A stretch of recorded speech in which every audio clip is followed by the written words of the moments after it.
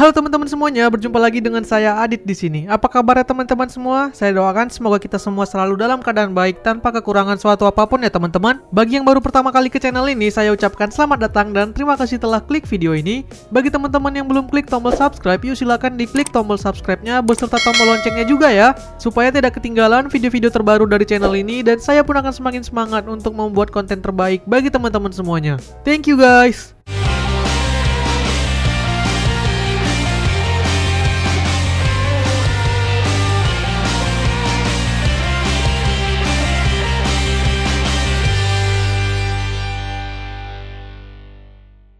Oke, di video kali ini kita mau ngebahas salah satu smartphone baru dari Xiaomi.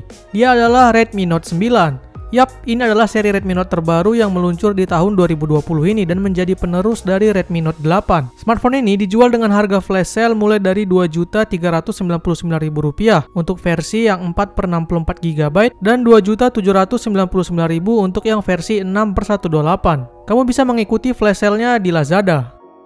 Mengenai harga, dia tidak naik jauh dari versi sebelumnya si Redmi Note 8 ya, karena masih di range 2 jutaan aja. Lagi-lagi Xiaomi emang masih mempertahankan harga jualnya yang terjangkau. Dengan harga tersebut, smartphone ini justru banyak dinanti-nanti dan menjadi salah satu smartphone yang patut diperhitungkan di kelas harga 2 jutaan. Nah, di video kali ini kita akan ngebahas apa aja kelebihan dan kekurangan smartphone ini yang wajib teman-teman ketahui sebelum membelinya. Oke, mari langsung aja kita mulai dari kelebihan-kelebihannya dulu ya. Kelebihan yang pertama, menggunakan chipset yang powerful MediaTek Helio G85. Helio G85 adalah chipset seri G atau gaming dengan posisi di urutan nomor 2 dari seri teratas, atau tepatnya di bawah G90 yang menjadi seri tertinggi Helio G. Jadi kalau diurutin yang paling tinggi itu Helio G90, di bawahnya ada G85, lalu di bawahnya lagi ada G80. Jadi untuk soal performa tentunya nggak bisa disepelekan ya. Dengan harga 2,4 juta aja dan kita dapatnya G85, ini adalah hal yang cukup istimewa. Saat di benchmark, skor yang didapat menyentuh 200 ribuan, yaitu 203.813 dengan skor CPU-nya 73 ribuan dan GPU-nya 44 ribuan. Untuk penggunaan yang berat-berat, tentunya smartphone ini bisa cukup diandalkan. Untuk multitasking sehari-hari bisa dijalankan dengan baik. Untuk performa gaming juga nggak diragukan. Untuk yang varian RAM 4GB ini misalnya yang sedang kita tes, saat dicoba di game PUBG Mobile, dia bisa ke Smooth Ultra. Bahkan game Fortnite juga tersedia di Play Store secara official untuk smartphone ini. Pokoknya game-game berat bisa berjalan dengan baik di smartphone ini ya. Kelebihan kedua, punya layar IPS Full HD dengan desain dot display. Smartphone ini punya layar yang secara kualitas bisa dibilang cukup bagus untuk kelas harga 2,4 juta. Soalnya dia udah pakai panel IPS beresolusi 1080x2340 Full HD dengan diagonalnya 6,53 inch yang menghasilkan kerapatan pixel hingga 395 ppi. Tentunya spesifikasi ini sudah cukup tajam ya untuk kelasnya. Karakter layarnya ini saya rasa sih masih mirip-mirip dengan seri sebelumnya si Redmi Note 8. Namun bedanya ya sudah diganti desain menjadi dot display yang membuatnya terlihat kekinian. Sama ukurannya yang ditambah sekitar 0,2 mm aja. Oh iya, layarnya ini juga udah diberikan perlindungan Corning Gorilla Glass 5 ya. Buat yang suka layar tajam, smartphone ini bisa memuaskan hasrat tersebut di kelas harga 2 jutaan.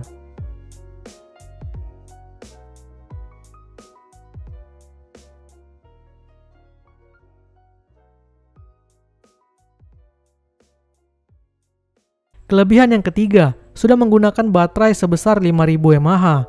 Nah, untuk bagian daya, smartphone ini juga udah pakai baterai yang cukup gede untuk saat ini, yaitu 5000 mAh. Kenapa kapasitas ini masih bisa kita katakan gede? Karena di range harganya ini, atau bahkan yang lebih mahal, juga masih ada kok yang pakainya cuma 4000 mAh. Untuk ketahanan baterai 5000 mAh bisa diandalkan lah ya untuk menemani aktivitas kita kurang lebih 1 harian penuh. Jadi untuk baterainya tidak akan ada masalah jika diajak untuk menemani kita seharian. Kelebihan yang keempat, punya infrared blaster. Nah, fitur ini walau terlihat sederhana dan sepele, tapi masih tetap aja menjadi andalan smartphone Xiaomi karena sangat jarang dimiliki oleh smartphone lain. Dengan infrared blaster ini, kita bisa menjadikan smartphone ini sebagai remote control untuk mengatur perangkat elektronik kita, seperti AC, TV, dan lain-lain. Yang mana ini cukup membantu sekali untuk pengoperasiannya karena kita tidak memerlukan remote yang berbeda-beda. Bahkan tidak jarang, fitur ini menjadi alasan utama kenapa orang-orang membeli smartphone Xiaomi. Oke, untuk kelebihannya sepertinya hanya ada 4 itu aja menurut saya pribadi. Oke, kita selanjutnya masuk ke kekurangannya ya. Kekurangan yang pertama, kamera smartphone ini belum bisa merekam video resolusi 4K. Nah, mungkin kalau kita lihat spesifikasi kameranya yang udah punya lensa 48 megapiksel, kita mungkin sudah berpikir kalau smartphone ini bisa merekam video hingga ke 4K. Namun ternyata tidak demikian.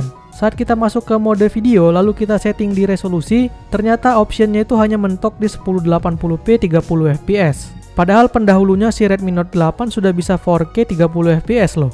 Ya mungkin ini masalah software doang sih, mudah-mudahan nanti jika diupdate bisa sampai ke 4K ya. Yang pengen rekam-rekam video 4K sayangnya jadinya belum bisa dilakukan dengan menggunakan smartphone ini.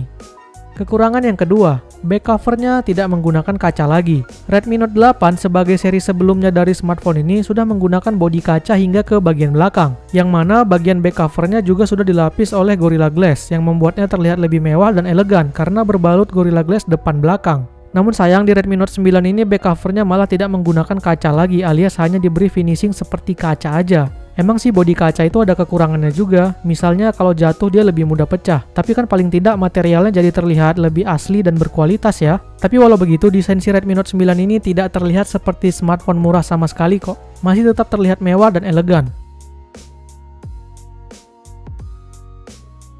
Kekurangan yang ketiga, tidak ada inovasi yang signifikan dibandingkan pendahulunya. Nah, untuk hal ini, Xiaomi sayangnya seperti agak nanggung atau memang ingin mempertahankan nilai jualnya. Makanya dia tidak memberikan inovasi yang wah di Redmi Note 9 ini jika kita bandingkan dengan si Redmi Note 8. Yang berubah hanya sedikit ya, dan itu pun lebih ke upgrade biasa. Misalnya di bagian layar, dia hanya naik 0,2 inch saja diagonalnya dengan modelnya yang menjadi dot display. Namun untuk resolusinya sama aja. Lalu baterainya juga yang hanya naik 1000 mAh, namun kecepatan fast chargingnya tetap masih 18 watt juga. Begitu juga dengan konfigurasi lensanya, di mana ia juga masih menggunakan quad kamera dengan konfigurasi yang sama persis dengan Redmi Note 8. Seperti penggunaan lensa utama yang masih 48 megapiksel, terdapat juga lensa makro, lensa ultrawide, dan juga lensa deep sensor. Bahkan yang cukup disayangkan malah kualitas videonya menurun ya, dari yang awalnya bisa ngerekam 4K di Redmi Note 9 ini malah tidak bisa.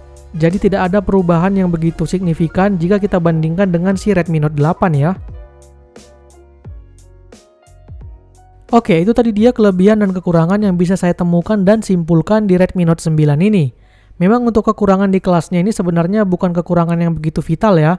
Karena memang di harga mulai dari 2,4 juta, Xiaomi masih memberikan value for money yang baik kok di smartphone ini. Tapi karena harganya yang nggak jauh naik dari pendahulunya tadi, sehingga upgrade-nya juga nggak banyak. Misalnya cuman chipsetnya yang jadi pakai Helio G85, layarnya yang hanya makin lebar dan jadinya pakai tompel, lalu baterainya yang naik jadi 5000 mAh. Sisanya sih hampir sama dan tidak ada inovasi apapun jika dibandingkan pendahulunya. Jadi buat yang masih pakai Redmi Note 8 dan ingin upgrade ke Redmi Note 9, mungkin bisa dipikir-pikir lagi karena kamu hanya akan mendapatkan perubahan yang tidak signifikan. Misalnya chipsetnya hanya menjadi Helio G85, desainnya baru dan baterainya lebih gede 1000 mAh. Udah cuman itu aja sih yang kerasa. Sisanya kamu tetap bisa menemukan apa yang ada di Redmi Note 9 ini di Redmi Note 8 kamu. Seandainya harganya dinaikin dikit lagi tapi bisa ngasih peningkatan yang lebih banyak seperti misalkan fast chargingnya yang sudah di atas 20 watt atau layarnya yang sudah 90 Hz, mungkin Redmi Note 9 ini bisa menjadi perusak pasar selanjutnya. Namun sayangnya tidak demikian untuk Note 9 ini. Xiaomi tetap lebih memilih main di harga murah dengan lebih banyak memberikan apa yang sudah pernah ada saja. Buat teman-teman yang mungkin menemukan kelebihan atau kekurangan lain, silahkan ditambahkan di kolom komentar ya, supaya bisa kita sharing ke teman-teman kita yang lain. Oke deh, sekian dulu video kita kali ini. Semoga video ini bisa bermanfaat buat teman-teman. Silahkan tekan like jika suka, dislike jika tidak. Jangan lupa subscribe bagi yang belum. Follow juga Instagram kita di @canggihkali. Terima kasih telah menonton dan sampai jumpa di video kita selanjutnya. Bye-bye.